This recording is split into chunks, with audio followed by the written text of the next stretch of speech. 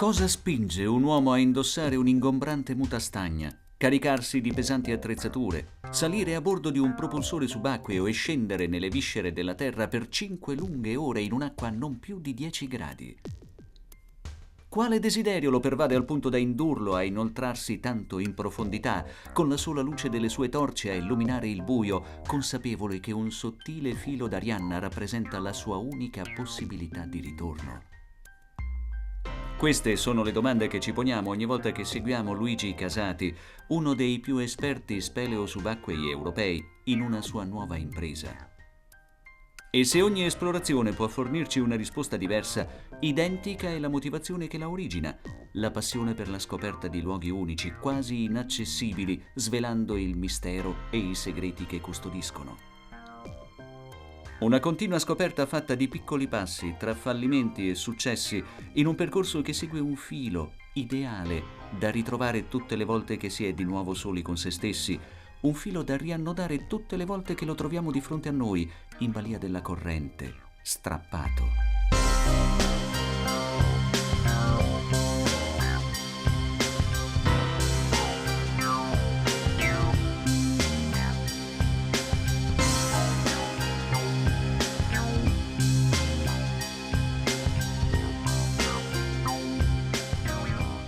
È da un po' di anni che frequento queste zone per fare l'esplorazione delle sorgenti che ci sono qui. È una zona, questa qui, praticamente nell'arco di 5-6 km ci sono 4 tra le più importanti sorgenti italiane e, se vogliamo, europee. C'è l'Elefante Bianco, è un po' più su, che è una sorgente profonda, attualmente 186 metri, l'esplorazione è arrivata a 186 metri di profondità in acqua. C'è i Fontanazzi, lì si stanno facendo l'esplorazione degli amici e sono già arrivati a una buona profondità, oltre i 100 metri, e a uno sviluppo di 800 metri all'ingresso. Poi abbiamo queste due, che sono il Covol dei Vece e il Covol dei Siori. L'insieme delle due esplorazioni, delle due grotte, attualmente misura 9 km circa. Le sorgenti si trovano normalmente in ambienti carsici, quindi dove c'è roccia di tipo calcare, che è quella che vedete qui. Tutto l'altopiano di Asiago è calcare, il Grappa è calcare.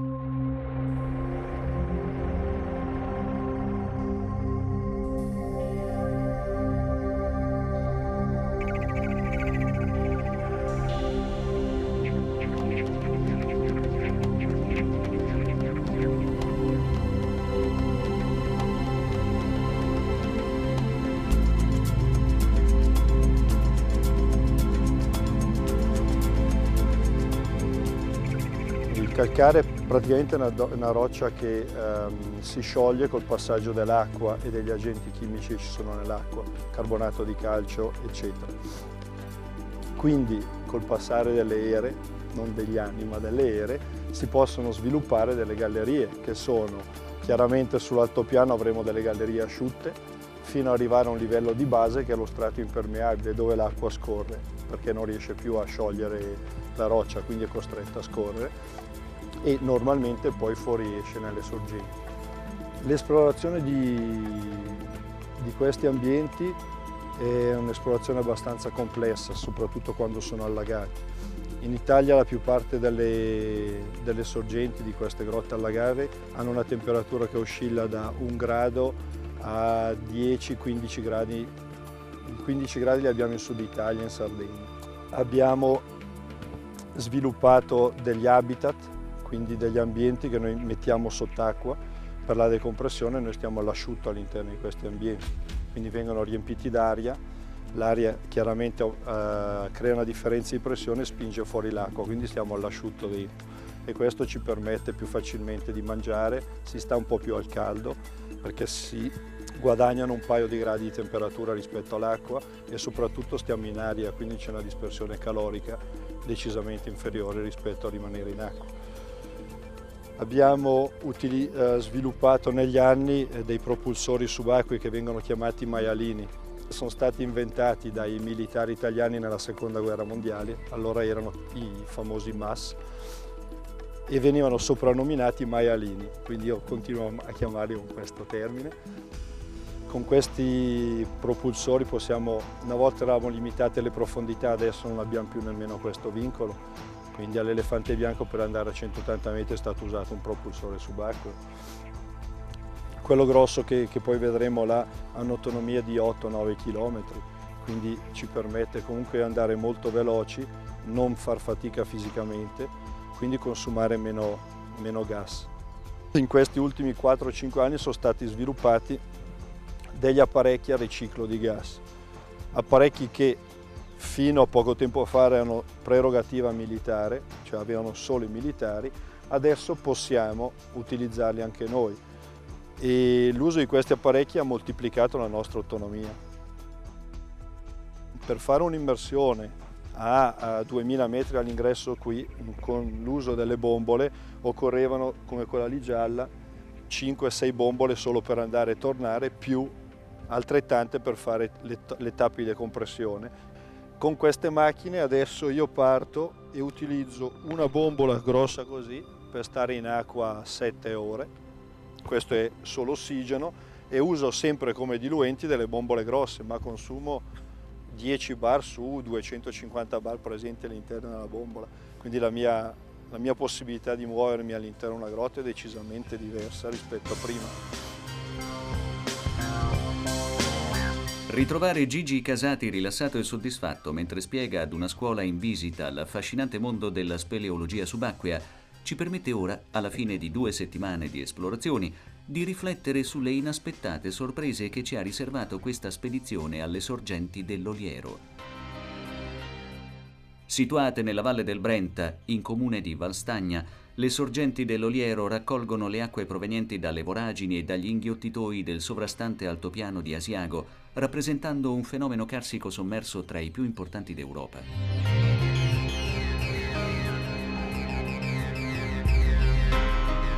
Il complesso è formato da 2 sorgenti oggi asciutte e visitabili, del Covol delle Sorelle e del Covol degli Assassini, e dalle 2 sorgenti ancora attive del Covol dei Veci e del Covol dei Siori, che costituiscono i 2 principali deflussi idrici delle grotte dell'Oliero.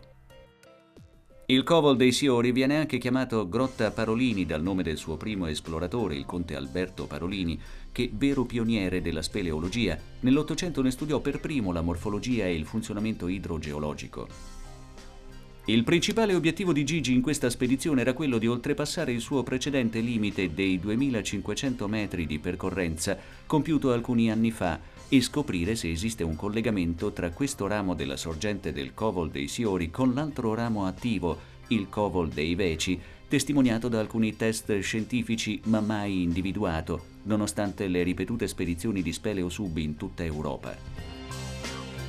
Ecco, questo è un maialino decisamente grosso, e ce ne sono di più piccoli, più stretti, più leggeri, questo pesa più di 100 kg, è un inferno, in effetti lo usiamo, praticamente è stato costruito per l'esplorazione di questa grotta, abbiamo poche altre possibilità di utilizzarlo.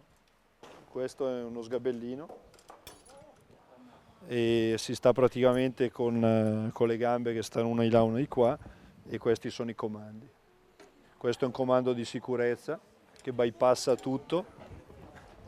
C'è un faro davanti quando si chiude il coperchio e quando abbiamo il materiale che vi dicevo prima dietro, con queste funi che sono attaccate praticamente qua, resta il materiale a rimorchio. Quindi diventa semplice andare in giro. Insomma. Quanto larghe sono le gallerie? Qui, Allora, il pezzo più stretto della grotta qui all'inizio sono i primi 180 metri che farà 6 metri 7 per 2-3 di altezza. Poi si arriva a una zona che è alta così, larga una decina di metri, lunga una decina di metri. Oltre a questa diventa un mondo, nel senso gallerie di 10-15 metri per 10, enormi, no? Ci sono magari dei restringimenti dovuti a dei massi di crollo, ma mediamente si è in ambienti molto grossi. Oggi, riprendendo Gigi mentre intrattiene serenamente gli studenti, ci sembra già passata un'eternità da quando siamo arrivati solo 15 giorni fa con la nostra troupe per effettuare le riprese.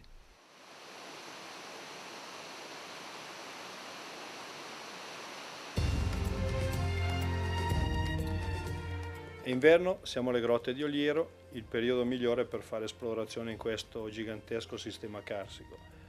Perché il periodo migliore? Perché le condizioni di freddo tengono i livelli bassi delle due sorgenti. L'esplorazione in ambiente ipogeo è molto importante perché con la presenza dell'uomo all'interno di queste gallerie si aiuta la scienza a capire che cosa c'è all'interno di una montagna, di un sistema carsico. E non solo, questo tipo di immersioni aiutano anche un altro tipo di scienza, che è la scienza legata prettamente all'immersione subacquea. Quindi si evolvono le tabelle di decompressione, si provano attrezzature nuove che permettono di andare sempre più lontano e quindi permettono delle performance sempre superiori. In questa grotta nel lontano 1814, se non erro, il naturalista Alberto Parolini ha portato dalle grotte di Postumia un animaletto, un anfibio, il proteo. Può capitare durante le immersioni di vederne qualche esemplare. Personalmente, lontano, oltre i 2 km all'ingresso, mi è capitato di vedere gruppi di 3-4 di questi animaletti. È da diversi anni che veniamo in queste grotte a fare esplorazione, non tutti gli anni le cose sono andate bene. In alcune occasioni abbiamo, purtroppo a seguito di forti piene che sono subentrate dovute alla pioggia, allo scioglimento delle nevi, abbiamo dovuto lasciare le attrezzature all'interno anche per diversi mesi prima di poterle recuperare. Altre volte sono state delle esplorazioni decisamente più fortunate e abbiamo raggiunto gli obiettivi molto interessanti. Questa grotta attualmente è la sorgente più lunga in Italia, con i suoi 2603 metri di sviluppo, e facciamo conto di continuare questa esplorazione. Il gruppo quest'anno è molto interessante, è formato da gente che proviene da diversi stati europei, Svizzera, Grecia, Belgio, Italia, e quindi è molto divertente come ambiente. È un gruppo abbastanza ristretto perché con l'utilizzo di questi nuovi apparecchi a circuito chiuso il lavoro da fare all'interno della grotta è decisamente diminuito e siamo circa in 4-5 per ogni settimana. Qui da parte a me c'è Jean-Jacques Bolans, è da circa 20 anni che ci frequentiamo e quello che ho imparato nell'esplorazione delle grotte l'ho imparato quasi tutto da lui. Ora i ruoli si sono un po' invertiti, è lui che assiste me mentre prima io assistevo lui, e domani sarà lui che gestirà tutta l'assistenza alla mia immersione fuori dall'acqua.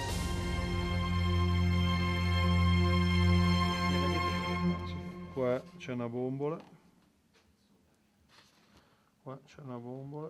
di soccorso sono, sulla campana ce ne sono ancora 2. Allora, qua c'è un sasso quadrato, qua c'è il muretto del laminatoio, no? Così, qua c'è un sasso quadrato. Qui c'è un po' di corrente che passa e va così. Il forte della corrente lo trovi qua e qua. Sono i punti più rognosi per la corrente. Allora, io ho una bombola che è messa qua, che vado a prendere, e un maiale che è messo qua. Okay. Quindi io esco dal laminatoio, metterò il maiale grosso messo così qui e starò a lavorare con la faccia al laminatoio. Okay, sì. Okay. Poi quando io ho preparato tutto vi do il tempo per spostarvi magari un po' in più di qua, così io passo, vado via e poi voi rientrate. Okay. E poi vabbè, quando dopo parto. Però se quando io parto voi vi portate mani leggermente in giù, c'è diciamo il vantaggio che avete il frontale, io vi passo da parte e avete il passaggio mio, sì. Ma avete che mi perdete dentro.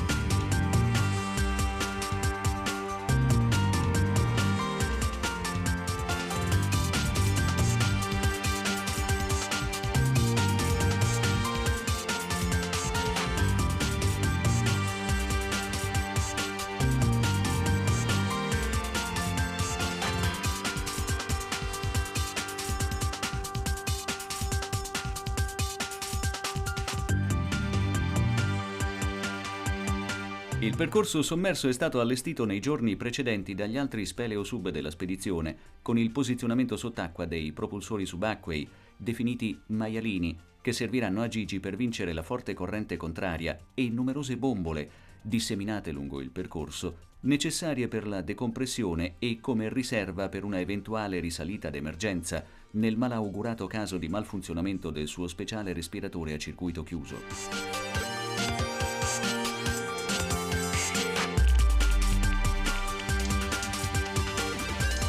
A pochi metri dall'uscita, inoltre, una campana sommersa permetterà a Gigi di compiere l'ultima lunga fase di decompressione più comodamente e all'asciutto. Questo è il nuovo apparecchio che uso ultimamente, è un po' diverso rispetto a quelli che avevo prima. Questo ricicla completamente il gas ed mi garantisce un'autonomia decisamente superiore rispetto agli altri apparecchi.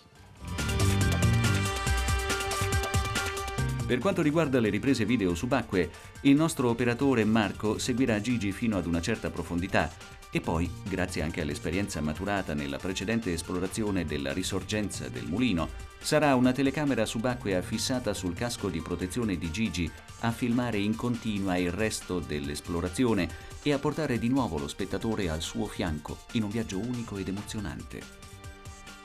Dopo alcune prove, sulla base delle informazioni di Gigi riguardo la parte più profonda dell'immersione, dove l'acqua è più ricca di sospensione e si intorbida facilmente, optiamo per un sensore di ripresa in bianco e nero ad alta risoluzione che ci consentirà di avere immagini più dettagliate.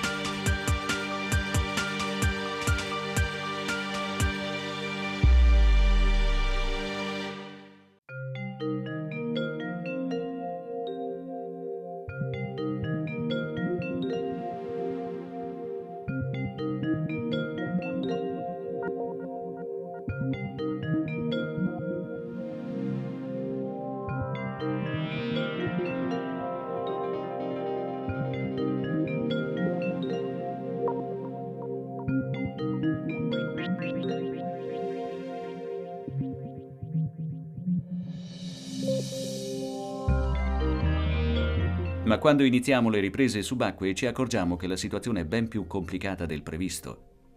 Marco riesce a seguire Gigi solo per la prima parte dell'immersione, nonostante la visibilità sia buona e il passaggio attraverso il laminatoio agevole. Una forte corrente contraria lo costringe ad uno sforzo enorme per cercare di seguirlo e alla fine è costretto a rinunciare. Ora Gigi proseguirà in completa solitudine. Le uniche riprese del profondo inesplorato della grotta saranno quelle catturate dalla telecamerina montata sul suo casco.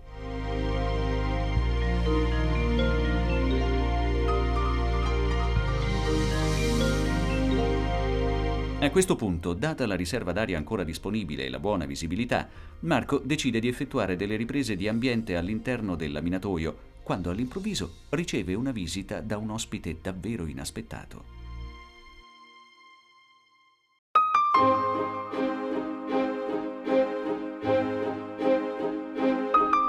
Quasi a ricompensarlo dal tentativo fallito di seguire Gigi nella parte iniziale dell'immersione, appare a sorpresa un proteo di notevoli dimensioni, difficile da incontrare e ancor più raro da riprendere in video.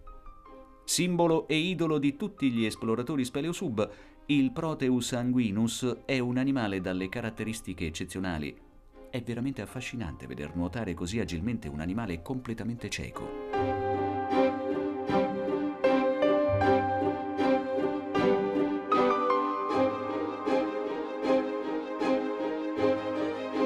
Si ciba di piccoli crostacei, larve o insetti trasportati all'interno dalla corrente. Il suo metabolismo è talmente rallentato che può rimanere senza mangiare anche 4 o 5 anni e la sua sopravvivenza all'interno di questi ambienti ostili arriva anche a 80-100 anni.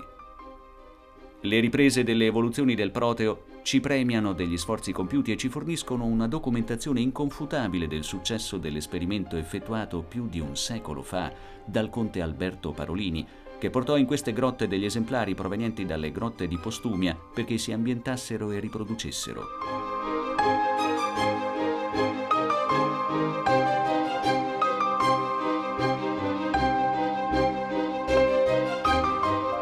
Ma presi dall'euforia dell'incontro, abbiamo completamente dimenticato che in questo momento Gigi sta avanzando rapidamente all'interno della risorgenza, seguendo il suo sottile filo di Arianna verso il limite dei 2500 metri, oltre il quale ancora nessun esploratore speleo subacqueo è mai arrivato.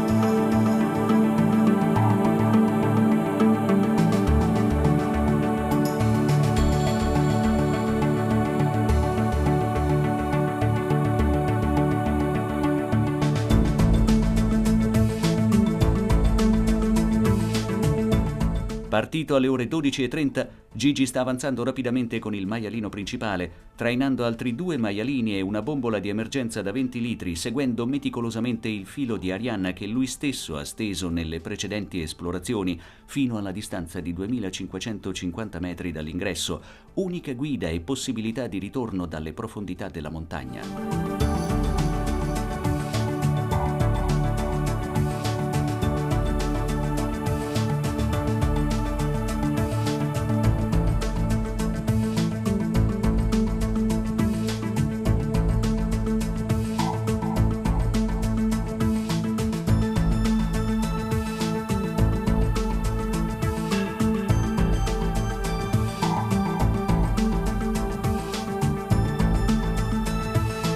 A 1250 metri dall'ingresso lascia il primo maialino di soccorso e prosegue rapidamente per più di un'ora, fino a raggiungere la distanza di 1850 metri dall'ingresso, dove però cominciano i primi problemi.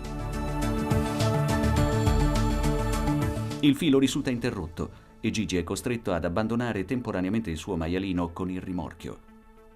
Una volta assicurato un nuovo filo al vecchio, va alla ricerca dell'altro capo del filo, pinneggiando con cautela per evitare di alzare sospensioni che intorbidirebbero pericolosamente l'acqua. Lo trova dopo un po' a circa 30 metri di distanza, lo ricongiunge al filo nuovo e, recuperato il suo bagaglio, riparte procedendo ora con maggior cautela per evitare altre pericolose rotture viste le pessime condizioni del suo vecchio filo.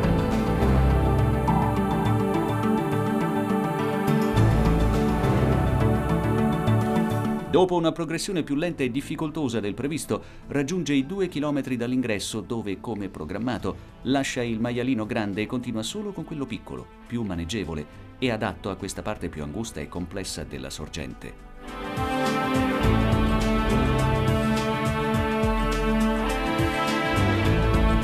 Ma a ben 2,5 chilometri dall'ingresso, quando mancano ormai pochi metri al limite della sua precedente esplorazione, un'ennesima interruzione del filo getta per qualche istante Gigi nello sconforto. Se l'esplorazione fosse stata effettuata con i tradizionali sistemi di respirazione a circuito aperto, sarebbe terminata qui. Ma le possibilità di maggiore autonomia del circuito semichiuso di Gigi e il suo autocontrollo gli permettono di deporre le attrezzature, fissarvi un filo di soccorso e, pinneggiando dolcemente per non azzerare la visibilità, andare alla ricerca dell'altro capo. Mentre esplora la grande sala sconosciuta, per un istante ha come l'impressione di avvertire un cambiamento di velocità e di direzione della forte corrente, ma nello stesso momento intravede il punto di aggancio del filo della sua precedente esplorazione e decide di raggiungerlo per raccordarlo con il nuovo.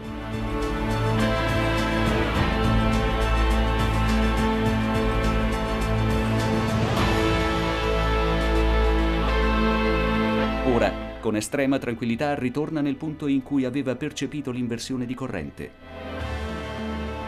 E qui nota un particolare che non aveva visto nelle precedenti esplorazioni.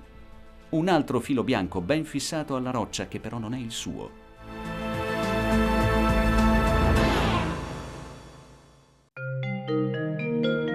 Ci sono immagini, semplici eppure uniche, che fanno capire in un istante che l'obiettivo sperato è stato raggiunto e ricompensano anni di esplorazioni talvolta infruttuose.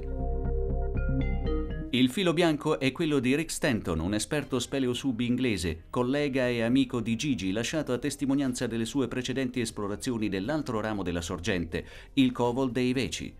Entrambi erano arrivati a un solo passo dalla congiunzione, ma solo ora due fili diversi che servono ai vari speleosub a firmare e rendere riconoscibili per sempre le proprie imprese si sono finalmente incontrati. Da oggi in poi non saranno più solo i protei a passare dal ramo del Covol dei Siori a quello del Covol dei Veci e viceversa. A questo punto Gigi rientra velocemente e dopo aver effettuato una prima tappa di decompressione a meno 42 metri raggiunge la campana sommersa a pochi metri dall'uscita che lo accoglierà per permettergli di trascorrere in maniera più confortevole e all'asciutto le ultime 2 ore di decompressione.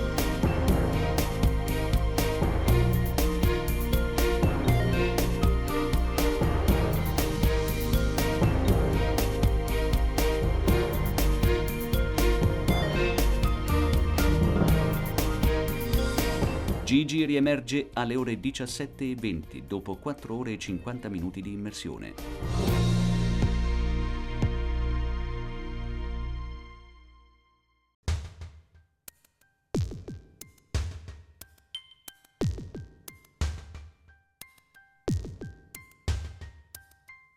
È andata bene, sono molto contento, sono arrivato